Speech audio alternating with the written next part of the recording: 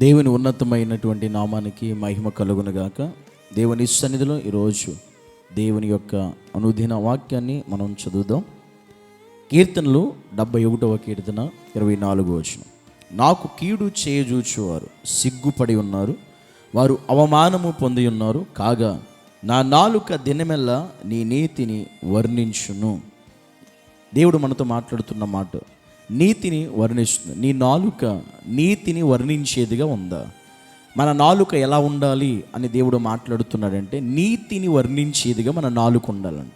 అంటే నీ నాలుక దేవుని నీతిని వర్ణించాలి. అంటే దేవుని నీతిని గూర్చి మాట్లాడాలి, దేవుని నీతిని గూర్చి చెప్పగలగాలి, దేవుని నీతిని గూర్చి సంభాషించగలగాలి. నిజంగా నీ నాలుక దేవుని నీతిని వర్ణిస్తుంది. ఎందుకంటే బైబిల్లో నాలుక గురించి దేవుడు అద్భుతమైన భయంకరమైనటువంటి మాటలు చెప్పాడు. ఎందుకంటే మనిషి నోటి మాటలను బట్టే ఆ మనిషి ఏంటి అనేది చెప్పేయొచ్చు అని బైబిల్ సెలవిస్తూ ఉంది. మనిషి నుంచి అనేది భయంకరమైనది మనిషి యొక్క నాలుక అని.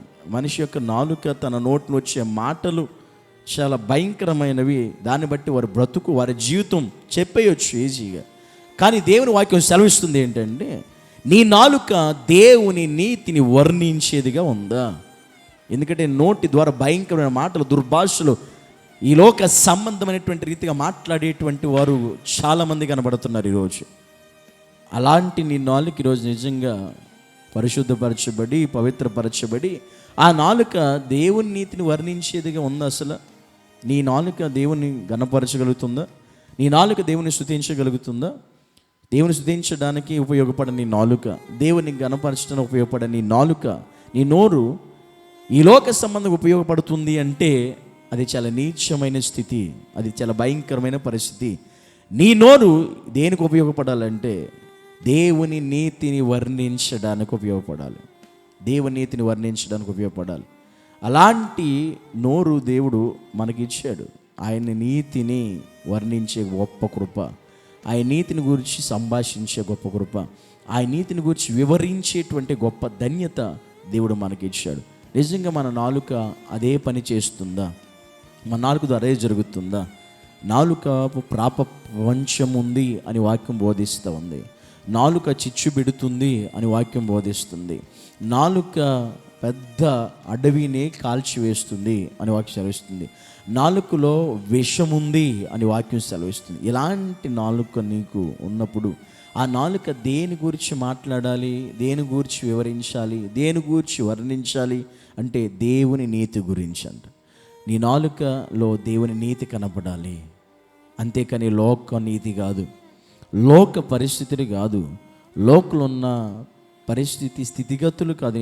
నీ నోటి నుంచి బయటకు వచ్చేవి దేవుని నీతి నీ నాలుకలో కనబడాలి. నీ నాలుక నుంచి, నోటి నుంచి దేవుని నీతిని వర్ణించగలిగే స్థితి నువ్వు కలుగున్నావా?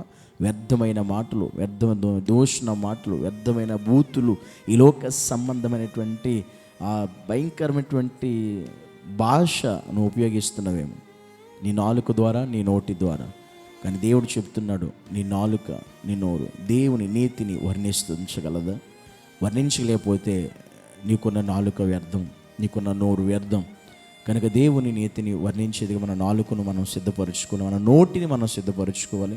అలాంటి స్థితి గతిని మనం కలిగి ఉంటేనే మన నోటి ద్వారా దేవుడికి మహిమ, దేవుడికి ఘనత రావాలి.